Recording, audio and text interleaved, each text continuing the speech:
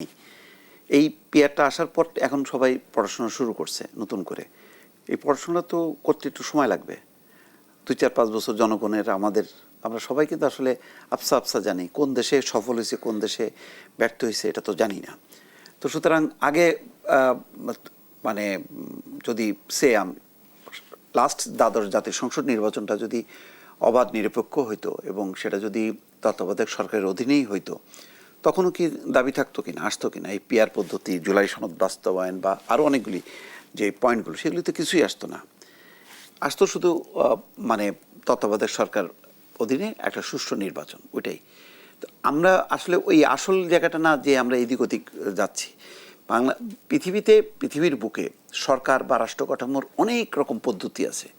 সেগুলি পরীক্ষা নিরীক্ষা হয় কখন জানেন? যখন বেসিক জিনিসটা আপনার ঠিক থাকে। তা আমাদের বেসিকটা কি? আমাদের ভোট কাউন্টিং, কাস্ট এবং কাউন্টিং দুটোই হয় না। কাস্টও হয় না, কাউন্টিংও হয় না। আগে কাস্ট কাউন্টিংটা ঠিক করে, অর্থাৎ আপনি একটা বাড়ি বানাতে গেলে আগে তো নিজের ভিতটা করতে হয় না, অনেক ঢালাই দিয়ে নিচে, তারপরে আস্তে আস্তে আপনি করবেন। তো ওইটাই তো আপনার নাই। আপনি এখন একবারে সব কিছু চাইতেছেন, হঠাৎ করে আপনার ভিত্তি নেই, আপনি ২০০ তলা বানাবেন, পারবেন না, চাইলেও পারবেন না। তো এখন আগে সেই কাজটা করার জন্য আগে নির্বাচনটার যেটা অনেক দিন থেকে প্রচলিত, ওই ব্যবস্থাটাই আগে আমরা ফেরার পর তারপরে আরও যুক্তরাষ্ট্রের পদ্ধতি কী, নিউজিল্যান্ডের পদ্ধতি কী, ডেনমার্কের পদ্ধতি কী, বা ক্যারিবিয়ান দ্বীপপুঞ্জের বিভিন্ন রাষ্ট্রগুলোতে কী কী পদ্ধতি, সেগুলো নিয়ে গবেষণা করেন, অসুবিধা নেই। আর গবেষণা করতে গেলে একটা জিনিস করতে হবে, যে এটা একটা জাস্ট মানে এর মতন, সেবার মতন। আপনি আজকে আছেন, কালকে নেই, এইরকম মানসিকতা। কে প্রধানমন্ত্রী, কে রাষ্ট্রপতি, এটা অধিকাংশ জনগণ জানবে না, এরকম একটা অবস্থায় নিয়ে আসতে হবে। কারণ আমাদের এখানে তো মানে রাষ্ট্রপতি, প্রাইম মিনিস্টার উল্টে গেল তো সব উল্টে গেল, এরকম যাতে না হয়। ওই যে জাপান, অনেকগুলো দেশে দেখবেন যে কে কখন কে, ওদের দেশের জনগণও জানে না। তার মানে এটাকে একটা ডাল ভাত করে ফেলছে। তা আমাদের এখানে তো ডাল ভাত না, আমাদের এখানে প্রধানমন্ত্রী মানে বিশাল ব্যাপার, সেই থাকবে, আর কখনো নড়বে না, তার কোনো বিকল্প থাকবে না। এইরকম কালচারটা যতক্ষণ না আনবেন, ততক্ষণ এই যে পিআর বা টেকনিক্যাল অনেকগুলি বিষয় আছে, সেগুলি আপনার ইমপ্লিমেন্ট করা যাবে না। এটা হলো বাস্তবতা। আপনি শুধু এখন ১ বছরের মধ্যে আপনি সব উল্টে ভুলে যাচ্ছেন কেন? আপনি শেখ হাসিনার আমলে কি কেমন ছিলেন, কি ছিলেন? দাবি তো একটাই ছিল। তখন সব রাজনৈতিক দলের এখনও তাদের ঘোষণাপত্র আছে, একটাই দাবি মূল, সেটা হচ্ছে তত্ত্বাবধায়ক সরকারের অধীনে একটা নিরপেক্ষ নির্বাচন। তো ওইটা আগে আপনি আদায় করেন করে, আর যদি মনে করেন পিআরটা খুব লাগবেই, আপনি যান মানে ভোটারদের কাছে যান, আমার কাছে আসেন, আমাকে বোঝান, ১ ঘন্টা ব্রিফ দেন, তারপর আমি বুঝি, তারপরে না আমি করবো। তো এখন তো আমার বোঝার ফুরসত নাই। কিন্তু ধর্মভিত্তিক রাজনৈতিক দলগুলো যেমনটি বলছে যে আমাদের যে বিদ্যমান পদ্ধতি FPTP, first pass the post, সেটি আসলে জনরায়ের পুরোপুরি প্রতিফলন হয় না। আসলেই কি তাই? এই পদ্ধতি কি কম গণতান্ত্রিক? কোথায় গণতন্ত্র? আমি তো দেখলাম না। আপনারা তো আমাদের বাংলাদেশে দেখেন যত আইন কানুন আছে, মানে এর থেকে যদি আপনি নাও কোনো কিছু অ্যাড করেন, তাও ১০০ বছর চলতে পারবেন সুন্দরভাবে, কিন্তু প্রয়োগই তো নাই।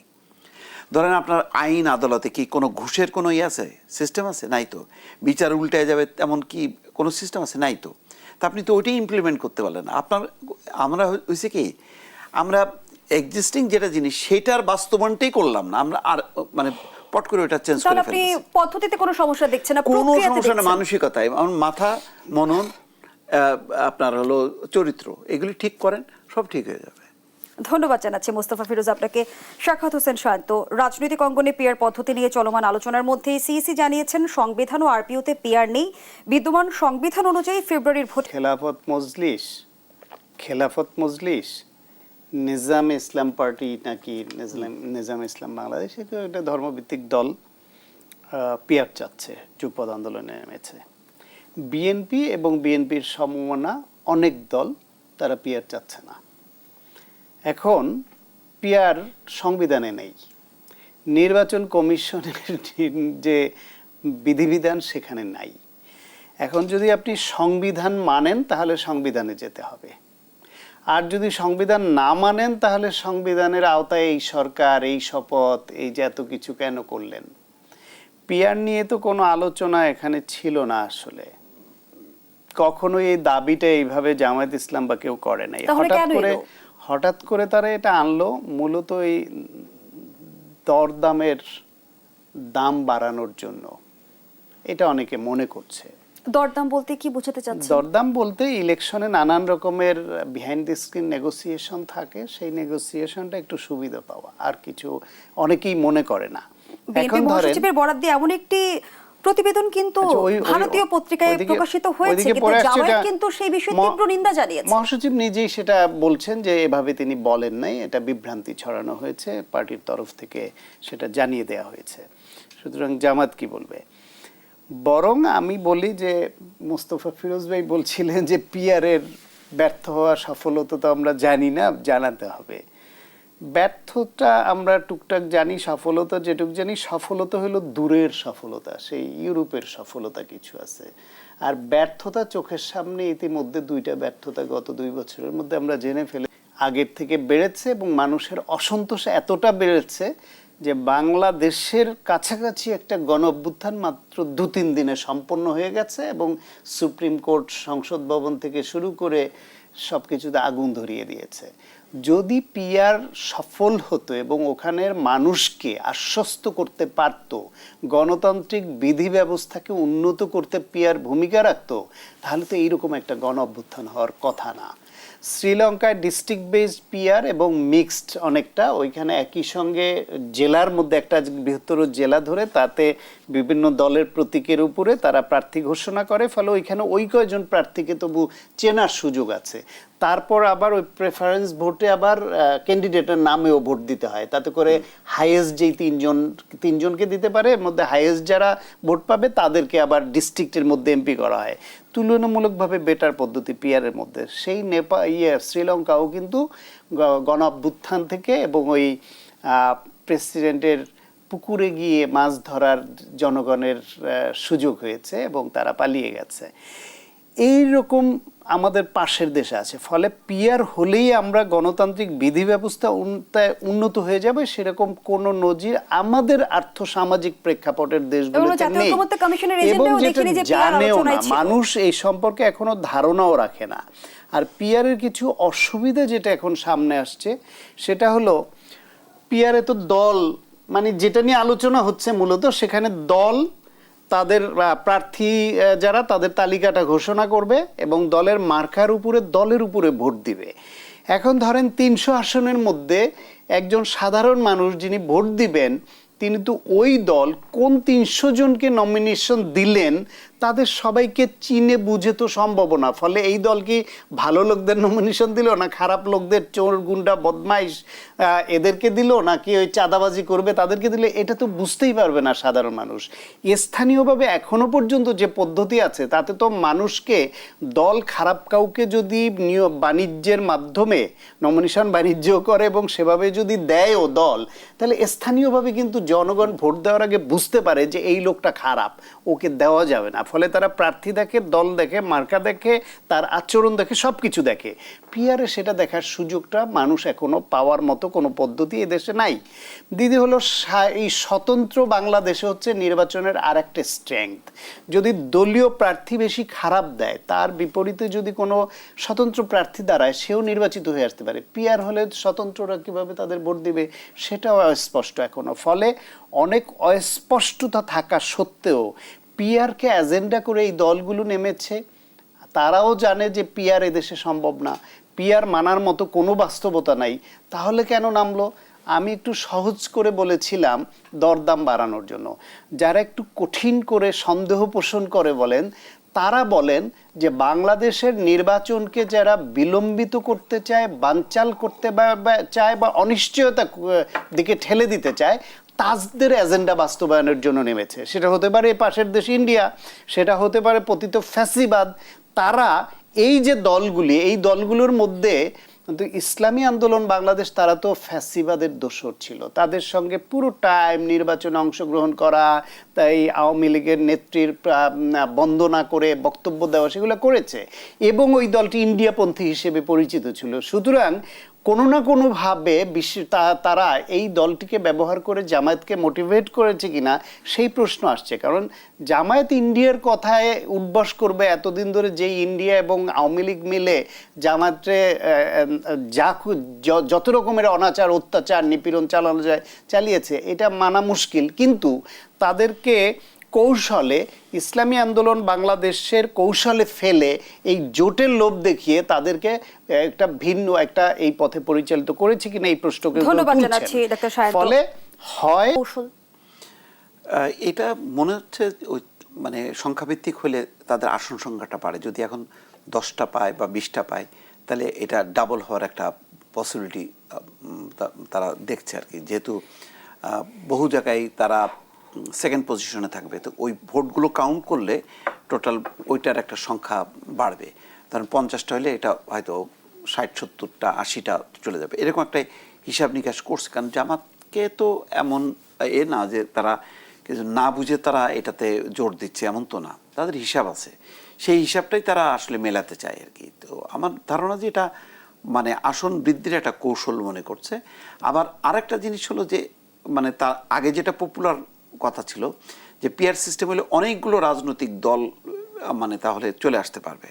ধরেন যারা থার্ড ফোর্থ হয়েছে তারা মাত্র মানে যেহেতু মানে এক ভোটে হারলেও সে আর এমপি না, সুতরাং যে থার্ড পজিশনে বা ফোর্থ পজিশনে আছে তাদের টোটাল ভোটটা যোগ করেও তারা যদি সব মিলায় 2টা বা 3টা বা 1টা আসন পায় তাহলেও আসতে পারে, পার্টিসিপেশনটা আসবে, এরকম কিছু যুক্তি তাদের আছে। কিন্তু সেই যুক্তিটা তো জামাত আর অন্যদের জন্য সুবিধার জন্য না, তারা নিজের জন্য চিন্তা করে যে তার আসন সংখ্যাটা বাড়বে।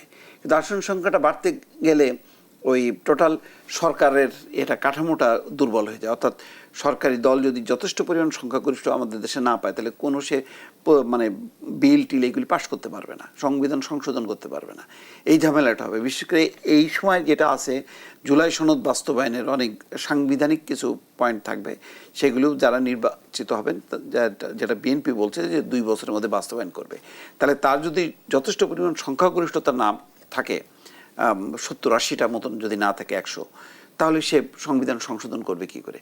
তাহলে মানে এটাও একটা জটিলতা। আবার মানে নির্বাচন হবার পর এখন যতটুকু কোটা আছে নির্বাচন হবার পর কিন্তু সেই কোটা নাও থাকতে পারে, তখন দেখা যাবে যে একটা ভিন্ন রূপ মানে বিএনপি ভার্সেস জামাত সেই দ্বন্দ্ব সংঘাতটা মানে অনেক আরও তীব্র হচ্ছে। তখন হয়তো সবাই মিলে যে একটা ঠিক আছে আমরা জুলাই সনদে অমুক অমুক জিনিসগুলি সংবিধানের সাথে মানে সম্পর্কিত, সুতরাং আমরা বাস্তবায়ন করি, সেটা হয়তো আবার নাও থাকতে পারে। তো সুতরাং প্রচলিত পদ্ধতিটাকে আগে প্র্যাকটিস করা, কারণ এই প্র্যাকটিসটা আমরা কিন্তু করতে পারিনি। মাত্র 2টা বা 3টা টার্ম কিন্তু কোনো রকমই হয়েছে, তাও আমি বলবো যে এটা পূর্ণাঙ্গ না, এই কারণে ধারাবাহিকভাবে সংসদ বর্জন ছিল। সুতরাং আমাদের এই গণতন্ত্রের চর্চাটা প্রচলিত যেটা সেটাকে চর্চা করতে করতে একটা পর্যায়ে গেলে আমি বললাম তো যে পিআর যে একেবারে অবাস্তব একেবারে ফালতু জিনিস বিষয়টা তা না, কিন্তু সেটার জন্য অনেক মানে সময় লাগবে। যেটা এখন সাফার করলো যে নেপাল এবং শ্রীলঙ্কা, তারা কারণ হলো তাদের ওই বেসটা তৈরি হয়নি, কারণ অনেক দিন মাওবাদী আন্দোলন হয়েছে, বাম আন্দোলন হয়েছে, এইরকম করতে করতে তারা এমন একটা সিস্টেমের মধ্যে ঢুকে গেল যে সিস্টেমটা ওই যে মানে বারবার সরকার পরিবর্তন হচ্ছে। সুতরাং প্রচলিত পদ্ধতিটাকে আগে বেস করতে হবে, কারণ যতগুলো গণতান্ত্রিক দেশ মেনলি এখনও টিকে আছে তারা কিন্তু এই প্রচলিত পদ্ধতিতেই। কারণ একটা এলাকায় যে আমি যদি প্রার্থীকে না চিনি আমি প্রতীকে চিনব, তাহলে স্বতন্ত্রদের কি হবে? অন্যরা তো তাহলে বৈষম্যের মধ্যে পড়বে, তখন তো আবার বৈষম্য বিরোধী আন্দোলন শুরু হয়ে যাবে। তো সুতরাং প্রচলিত পদ্ধতিটাকে আগে এস্টাবলিশ করে তারপরে আমরা আর এই ফরম্যাটে আমাদের উন্নত ফরম্যাটে নিম্নকক্ষে পিআরের বিষয়ে রাজনৈতিক দলগুলো বিষয়টিকে কিভাবে দেখছেন? না ভালো, এটা ওই তো যেহেতু বললাম তো যে দুইটাই আমরা কিন্তু বেসিক জায়গাটা ঠিক রেখে আমরা এটাকে পরীক্ষা নিরীক্ষা হিসাবে চালু করতে পারি, তাহলে হবে কি মানে অন্য দল অনেকগুলো দলগুলি অ্যাকোমোডেট করা যাবে সংসদে। সংসদ যেহেতু সংসদীয় গণতন্ত্রে সব কিছু সংসদকে ঘিরে আবর্তিত হয় রাজনীতি, সুতরাং যত সংখ্যক দলকে যদি সংসদের পেরিফেরিতে আনা যায় এটা ভালো প্রস্তাব। এইটা বরং পরীক্ষা নিরীক্ষা করে যদি টেকসই হয় তাহলে হয়তো মানে 2-3 টার্ম পরে নিম্নকক্ষ চালু করা যেতে পারে, কিন্তু নিচেরটাকে কোনোভাবেই মানে করা যায় না। উপরের এটা ব্যাপারে আমারও একটা আছে যে এটাই বিএনপি হয়তো ছাড় দিতে পারে, দিলে ক্ষতি নেই, বরং যদি উচ্চ কক্ষ যদি আবার নিম্নকক্ষের মানে আনুপাতিক হারে হয় ওটা আবার মানে অর্থহীন হবে, বরং উচ্চ কক্ষটা ওইভাবে সাজানো যাইতে পারে, এই ব্যাপারে একটা সমঝোতা হইতে পারে। এবং এটা যদি হয় আমাদের সব কিছুই হবে সংসদ কেন্দ্রিক রাজনীতি, এবং এটা যদি ফিরে আনা যায় তাহলে বাইরের থাকা রাজনৈতিক দলের সংখ্যা কমবে, যত কমবে তত ভালো, তখন সবাই সংসদ নিয়ে ব্যস্ত থাকবে। এটা একটা ভালো উদ্যোগ আমি মনে করি। আওয়ামী লীগকে বৈধতা দেওয়া ব্যক্তিদের নির্বাচনে অংশ নেওয়ার অধিকার নেই এমন মন্তব্য করেছেন এনসিপি নেতা সার্জিস আলম। এর মধ্য দিয়ে আসলে তিনি কি বার্তা দিতে চাইলেন? আওয়ামী লীগের এটা তো অনেক বড় অর্থে যদি হয় তাহলে তো সার্জিসরা সহ মানে বিএনপি জামাত কেউ আর ইলেকশনে পার্টিসিপেট করতে পারে না। কারণ তার আমি যেটা সাক্ষাৎকার আমি দেখলাম, বক্তব্য দেখলাম প্রথম আলোতে, তাতে বলছে 14, 18, 24। তো 14তে বর্জন করছে, ওটা বাদ দিলাম। 18তে তো সবাই অংশ নিছে, এবং এমনকি সকালবেলায় মানে ডক্টর কামাল হোসেন, মির্জা ফখরুল ইসলাম আলমগীরের কণ্ঠেও ছিল যে নির্বাচনটা সঠিকভাবেই হচ্ছে। পরে আস্তে আস্তে সবাই বর্জন করা শুরু করছে। বর্জন করলেও পরে তো আবার 6 জন, সব মিলায় 7-8 জন তো অংশ, 7 জন সংসদে গিয়েছিল। হ্যাঁ, অংশ গেছে। তাহলে তো এটা বৈধতা দেয়া হলো। তো এটা সংসদের একটা ভেতরে, আর বাইরের অবস্থাটা ছিল বিভিন্ন নেতা, ছাত্রলীগের কমিটির মধ্যে আমরা এখন জুলাই আন্দোলনের নেতাদেরকে দেখলাম। তাহলে ওই অর্থে যদি হয় সংসদের ভেতরে বাইরের কথা বলি তো আমরা, তাহলে সবগুলি যদি ধরা যায় তাহলে এইটার ব্যাপারে বিশাল একটা কমিশন করতে হবে। কমিশন করে আসলে কারা ইলেকশন করতে পারবে আর কারা পারবে না, এই ব্যাপারে একটা নীতিমালা করা দরকার। তো সেটার জন্য আর একটা ইন্টারিম গভর্নমেন্ট বা ইন্টারিম গভর্নমেন্টকে আরও 2-4-5 বছরের যদি ম্যান্ডেট দেওয়া যায়, এটা তাহলে এই লাইনে যাইতে হবে। এছাড়া তো আমি তো দেখতেছি না। কারণ ধরেন আপনি প্রশাসন সব আগের আমলে ছিল, এখান থেকে ডিএস থেকে শুরু করে একেবারে উপর পর্যন্ত আপনি সব বাদ দিয়ে কাদেরকে আনবেন? মানে অ্যাসিস্ট্যান্ট সেক্রেটারি থেকে শুরু করে সময়টা হচ্ছে লম্বা, যার ফলে পুলিশ বলেন, প্রশাসন বলেন, আপনাকে একদম সম্পূর্ণ ঢেলে সাজাইতে হবে। এখন ধরেন আমরা তো মানে শ্রমজীবী, কর্মজীবী লোক, আমরা বাইরে বিদেশে রপ্তানি করি। এইসব পদগুলোর জন্য কি আমরা এইভাবে আমদানি করতে পারবো?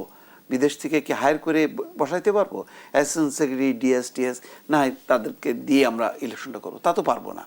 তাহলে এক্সিস্টিং যারা আছে, যাদের ঘাড়ে ওই যে বদনাম, স্বৈরাচারের দোসর, হ্যাঁ, এখন তো ইদানিং আমরাও কিন্তু হয়ে যাচ্ছি। কারণ কোনো কথা যখন নাকি এনসিপির বিরুদ্ধে যাচ্ছে, বিএনপির বিরুদ্ধে যাচ্ছে, হট করে হয়ে যাচ্ছে যে এই তো আওয়ামী বয়ান, এই তো আওয়ামী দোসর পাওয়া গেল, হ্যাঁ, তা এরাও হয়ে যাচ্ছে। তো এইরকম একটা অসুস্থ একটা অবস্থার মধ্যে কোন দাবি বাস্তবায়ন করা যাবে, কোন দাবি বাস্তবায়ন করা যাবে না, যে কথাটা বলছে সার্জিস আলম, এটা অনেক বড় অর্থে হলে কিন্তু আর সামনের নির্বাচনে আর কেউ পার্টিসিপেট করতে পারবে না।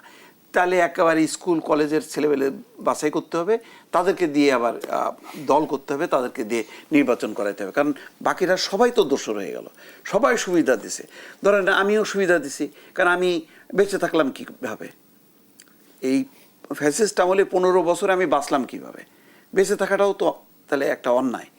কারণ সুবিধা নেয়া, আমি বেঁচে থেকে সুবিধা দিছি, আমার লড়াই করে মরে যাওয়া উচিত ছিল, তাহলে আমি সুবিধা দিতাম না। তো এটা এইভাবে যদি মানে ব্যাপক অর্থে এই কথাগুলি বলা হয় তাহলে কিন্তু সবাই কিন্তু শঙ্কিত হয়ে যাবে। সবাই মনে করবে যে আমিও তো তাহলে কোনো না কোনোভাবে, মির্জা ফখরুল ইসলাম আলমগীরকে তো এমনিই বলা হয়, উনি নিজেই বলছেন না কোথায় যে আমাকে তো ভারতের দালাল, আওয়ামী লীগের দালাল বলা হয়। তো উনি বলে যে উনি কীভাবে মানে মহাসচিব, কই তারেক রহমান তো থাকতে পারলেন না, উনি থাকলেন কিভাবে? তাহলে উনিও দোষর। এইভাবে আসলে হয় না। ধন্যবাদ। সেলাটা করতে হবে তাইলে তাকে। সার্জিস নিজে তো আজকে তো যে নিষিদ্ধ ঘোষিত ছাত্রলীগ, সার্জিস নিজেই তো এই ছাত্রলীগের সুবিধাভোগী এবং ছাত্রলীগকে সুবিধা দাতা। সার্জিস তো এখন তো আমরা বুঝতে পারি সে ভালো কথা বলে, একটু ইনফ্লুয়েন্স করতে পারে মানুষকে। তো ছাত্রলীগের হয়ে যখন কথা বলতো তখনও তো ছাত্রলীগের হয়েই ভালো কথা বলে মানুষকে ইনফ্লুয়েন্স করতো এবং ফ্যাসিবাদের পক্ষে বয়ান তৈরি করতে সার্জিসের এই ছোটোখাটো সুন্দর চেহারা আর তার এই যে সুন্দর কথা, এটা তো একটা। এই এনসিপির অনেকে যারা ছাত্রলীগের সঙ্গে পদ নিয়ে বা পদ ছাড়া তাদের সঙ্গে ছিল, কিংবা এই যে এখন ছাত্র শিবিরের যারা পদ নিয়ে বা পদ ছাড়া ছাত্রলীগের সঙ্গে ছিল, তারা এখন কোন অর্থে বাংলাদেশপন্থী বা কোন অর্থে গণ অভ্যুত্থানের পক্ষের শক্তি হয়ে দাঁড়ালো, কোন অর্থে গণতন্ত্রের পক্ষের শক্তি হয়ে দাঁড়ালো? কারণ 24-এর গণ অভ্যুত্থানে তারা ফ্যাসিবাদের বিপক্ষে অবস্থান নিয়েছে। তাহলে এইটাকে যদি আপনি একটা ইভেন্ট ধরেন, তাহলে আগেরগুলো তো অটোমেটিক্যালি অনেকটা নাল অ্যান্ড ভয়েড হয়ে যায়। এইখানের ভূমিকাকে আপনি যদি মুখ্য ধরেন, আর যদি শুধু এই ভূমিকাকেই মুখ্য ধরতে আপনি না চান, আগের ভূমিকাটাকে কাউন্ট করেন, তাহলে সার্জিস নিজেই টেকে না, ও বাতিলের খাতায় চলে যায়। তা আগে ওরা নিজেকে বাতিলের খাতায় নিয়ে ঘোষণা করে তারপর অন্যদের ব্যাপারে বলুক। তবে এটা সত্য যে আগে যারা আওয়ামী লীগের সঙ্গে হাত মিলিয়ে জাতীয় পার্টির অনেকে মন্ত্রী হয়েছেন, অনেকে পোস্টারে লিখেছে জাতীয় পার্টি মনোনীত আওয়ামী লীগ সমর্থিত প্রার্থী হয়েছে, যারা দলটাকে জাতীয় পার্টিকে বিপথে পরিচালিত করেছে, সেই ব্যক্তি হিসেবে সে রাজনৈতিক নেতাদের দুর্নীতি এবং ক্ষমতার অপব্যবহারের বা হাসিনার নির্দেশে দলকে পরিচালিত করবার জন্য শাস্তির আওতায় আনা যেতে পারে। কিন্তু দল হিসেবে জাতীয় পার্টিকে নিয়ে যদি আলাদাভাবে আনা হয়, শেষমেশ ওদের গঠনতন্ত্র অনুসারে চেয়ারম্যানের উপর দায়িত্ব দিল, চেয়ারম্যান যেই সিদ্ধান্ত দেয়। তার মানে জাতীয় পার্টির মূল কাঠামোটা হচ্ছে বাংলাদেশি জাতীয়তাবাদী বিশ্বাসী। তারা এই আওয়ামী লীগের সঙ্গে নৈকট্য অনুভব করে না, কিন্তু তাদের নেতৃত্বে যারা ছিল, যারা ইন্ডিয়া দ্বারা প্রভাবিত এবং আওয়ামী লীগ কানে ধরে ঘুরিয়েছে যাদেরকে, তারাই দলটাকে বিপদগামী করেছে। তাহলে আপনি সেই দোষে এখন যেই লোকগুলা প্রকাশ্যে বক্তৃতা দিয়ে মতামত দিয়েছিল ফ্যাসিবাদের অধীনে নির্বাচনে যাব না, তাদেরকে আপনি শাস্তি দেবেন, এটা কি অন্যায় না ওই দলের সাধারণ কর্মীদের উপরে? ভারতের প্রভাব বিস্তারের কথা, নগ্ন হস্তক্ষেপের কথা, এবার আওয়ামী লীগ বিহীন নির্বাচনে ভারতের প্রভাব বা ভূমিকা কি হতে পারে সে আলোচনায় ফিরতে চাই বিরতির পর। দর্শকদের সাথে থেকে পর্যায়ে আবারও বিরতিতে যাচ্ছি, সাথেই থাকুন। ভাবেই মনে হয় নাই যে কোনো কূটনীতিক এইভাবে বলতে পারে বা বলেছে। এবং আমি আপনাকে চ্যালেঞ্জ দিয়ে বলি, ওই সাংবাদিককে যদি আপনি চ্যালেঞ্জ করেন যে কোন কূটনৈতিক এটা বলেছে সেটা দেখাতে তার রেকর্ড, উনি পারবেন না। কারণ এই ভাষায় স্পষ্ট করে জামায়াতকে কেন ক্ষমতায় আনা উচিত, আমেরিকা ক্ষমতায় আনতে চায়, এবং 5টা পয়েন্ট যেভাবে বলেছে এবং যা যা বলেছে, যা বাস্তবের সঙ্গেও সম্পর্ক নেই অনেকটার, এটা হওয়ার কথা না। কিন্তু এইটার অন্য একটা প্রেক্ষাপট থাকতে পারে, সেটা হচ্ছে বাংলাদেশের রাজনীতিতে ইন্ডিয়া কখন দীর্ঘ 16 বছর আওয়ামী লীগরে এককভাবে, অনৈতিকভাবে, অগণতান্ত্রিকভাবে টিকিয়ে রাখলেও তারা বাংলাদেশে চায় যে দুইটা দল অন্তত বা দুইটা পক্ষ এরকম থাকুক, তাদের প্রয়োজন মতো যারাই ক্ষমতায় আসবে, যা করবে, তাদেরকে হাতে রেখে যেন তাদের স্বার্থ উদ্ধার করে নিতে পারে। সেই বিবেচনায় তারা যে কোনো উপায়ে আওয়ামী লীগকে আবার ব্যাক করাবে। এটা বাস্তবতা এরা মেনে নিয়েছে যে এইবার নির্বাচনে আওয়ামী লীগ অংশ নিতে পারছে না, এবং আওয়ামী লীগ অংশ নেওয়ার মতো কোনো সিদ্ধান্ত যদি এই সরকার নিতে বাধ্য হয় বা নেয়ও, জনগণ এই সরকারকে সহ পিটাবে, শুধু আওয়ামী লীগকে না। সুতরাং এটা পারবে না। কিন্তু পরবর্তীতে রাজনৈতিক দল হিসেবে আওয়ামী লীগ যাতে টিকে থাকে, এখন আওয়ামী লীগকে রাজনৈতিক দল হিসেবে যদি আবার রিভাইভ করতে চায় ইন্ডিয়া, তাহলে বাংলাদেশে একটা উপলক্ষ তারা তৈরি করতে চাইতে পারে, যেটা 16 বছর ধরে একটা ভুল ন্যারেটিভ তৈরি করেছিল। জঙ্গিবাদের উত্থান ঠেকাতে হলে আওয়ামী লীগকে দরকার। জঙ্গিবাদ মানে সাধারণ ধর্মীয় দাড়ি টুপিওয়ালা হলো ও জঙ্গিবাদ, ওরে পিটাও, এবং পিটাইয়া সেই নিউজ আন্তর্জাতিকভাবে ফলাও করে প্রচার করা যে আওয়ামী লীগ বাংলাদেশে ইসলামী মৌলবাদী গোষ্ঠী জঙ্গিবাদ তাদেরকে দমন করছে। এখন বাংলাদেশে যদি জামায়াতের উত্থান কোনোভাবে এস্টাবলিশড করতে পারে ইন্ডিয়া, সেই ক্ষেত্রে তাদের পক্ষে এই মেসেজটা থ্রো করা সহজ যে বাংলাদেশে আওয়ামী লীগ যদি না থাকে মাঠে, তাহলে ইসলামী মৌলবাদের উত্থান হবে, জঙ্গিবাদের উত্থান হবে। সেই স্বার্থে কিভাবে ব্যবহার করতে হয় বাংলাদেশকে, বাংলাদেশের চরম মানবতা বিরোধী, চরম অগণতান্ত্রিক শক্তিকে তারা লালন পালন করছে শুধুমাত্র তাদের নিজেদের স্বার্থের জন্য। সুতরাং তারা চাইবে যে বাংলাদেশে এমন একটা, এবং বাংলাদেশের নির্বাচন নিয়ে তাদের সেখানে আলোচনাও হয়, এবং সেখানে অনেকে অনেক রকম মতামত আসে। তো স্বাভাবিকভাবে বাংলাদেশের এই নির্বাচনটা এবং আগামী যে ক্ষমতার পট পরিবর্তনটা, একটা পট পরিবর্তনে তো তারা পরাজিত মনে করে নিজেদেরকে, যে 5 তারিখে তারা পরাজিত হয়েছে। এই পরাজয়টা কাটায় ওঠার জন্য তারা তো আপ্রাণ চেষ্টা করবে। সেই কারণে আওয়ামী লীগকে নিয়ে খেলবে, ইভেন এখনও যারা কর্মরত যে সমস্ত দল আছে বাংলাদেশে, সেই দলগুলোর মধ্য দিয়ে কিভাবে তারা তাদের আবার আগের জায়গায় ফিরে যাবে, যতটা যাইতে পারবে ততটা তাদের লাভ, সেই চেষ্টাটা তো করবে। এবং আমার ধারণা যে আওয়ামী লীগ যাতে নির্বাচনে আসে সেই ব্যাপারে তারা আপ্রাণ চেষ্টা করবে।